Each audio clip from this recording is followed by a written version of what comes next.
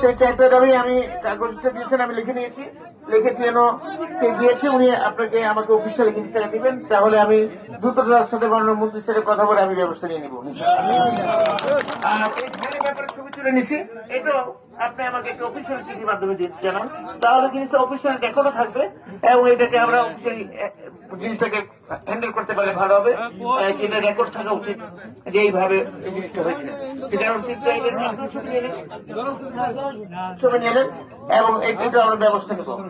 পরিশেষে আজকে আসছি আমি আমাদের মোহনগঞ্জের নেতৃবৃন্দ যারা আছেন, তিনারা আপনাদের এইখানে পানি, বৃষ্টির পানি অনেক সময় বেড়ে যাচ্ছে, যখন সেই পানি বাইর করার জন্য আপনারা পাম্প লাগায় পানি বাইর করতেছেন, আবার মাঝে মাঝে নদীর পানি চলে আসে, তখন আবার বাদ দিচ্ছেন। সেটা আমি জানার জন্য, নিজে দেখার জন্য একটি মহোদয় ইতিমধ্যে ব্যবস্থা নিয়েছেন। আপনাদের যা যা প্রয়োজন, ডিজেল টিজেল যা প্রয়োজন, সেই সমস্ত কিছু ব্যবস্থা ইনশাআল্লাহ তারা আমরা করছি এবং করে যাব। এটা আমাদের দায়িত্ব এবং আপনাদেরকে সুন্দরভাবে ভালোভাবে আপনাদের ধান আহরণ করতে পারেন। যা যা সমস্যা আছে, এই বিএনপি সরকার, আমাদের মাননীয় প্রধানমন্ত্রী জনাব তারেক রহমান সাহেব, উনার সাথে আমি ব্যক্তিগতভাবে দেখা করেছি, আপনাদের কথা বলেছি এবং উনি আমাকে বলেছেন, বাবুল ভাই যান, যা যা কাজ সবগুলা করে নিয়ে আসেন, কারণ কৃষকদের মুখে উনি হাসি দেখতে চান। এবং আপনারা চিন্তা করবেন না, আল্লাহর রহমতে আমি সেটা করব। পাশাপাশি একদিন আরেকটা জিনিস বলবো, এই এলাকাতে মৎস্য আহরণের ব্যাপারে আমরা মৎস্যের ব্যাপারে কোন কারেন্ট জাল, কোন চাইনিজ জাল, কোনটাই চলবে না। এই বৈশাখ মাস আসতেছে, বৈশাখ মাসের সময় আপনারা কোনো পড়া ধরতে পারবেন না। এই সামনে 3 মাস 4 মাস আমি চেষ্টা করবো ইনশাল্লাহ, তারা কথা বলেছি, আপনারা যারা যারা জেলে ভাইরা আছেন তাদের জন্য প্রণোদনের জন্য আমি চেষ্টা করছি, যেটা আমাকে আগে দাবি করা হয়েছিল। ইনশাল্লাহ তারা আশা করি কিছু না কিছু আনতে পারবো, কিন্তু কোন অবস্থায় কোনো মাছ ধরা যাবে না।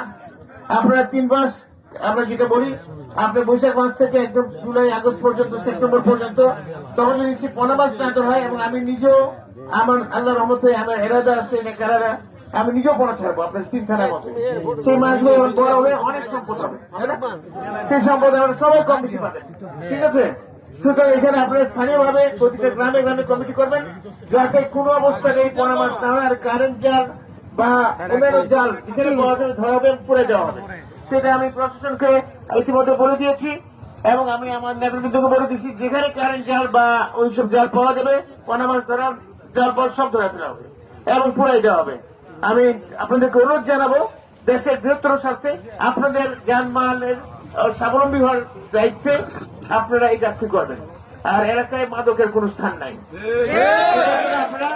আপনারা মাদকের, যেখানে মাদক থাকবে, মাদক ব্যবসায়ী তাদেরকে ঘেরাই ধরে ফেলবেন, ধরে উত্তম মধ্যম দিবেন, নিয়ে থানায় দিয়ে দিবেন, পারবেন না? আর থানায় দিয়ে দিবেন, থানা বা আমাদের থানার ওসি আছেন, কেন আছেন, ওনারা দেখবেন, দেখে এই জিনিসটা ব্যবস্থা নেবেন। এখানে কোনো মাদক চলতে পারবে না, পারবেন তো? পারবেন না?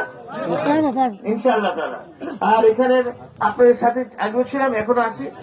আল্লাহ পাক আমাকে নতুন জীবন দিয়ে নিয়ে আসছেন, সুতরাং আমার এখন কাজ আপনাদের। ভালো থাকবেন, আল্লাহ হাফেজ।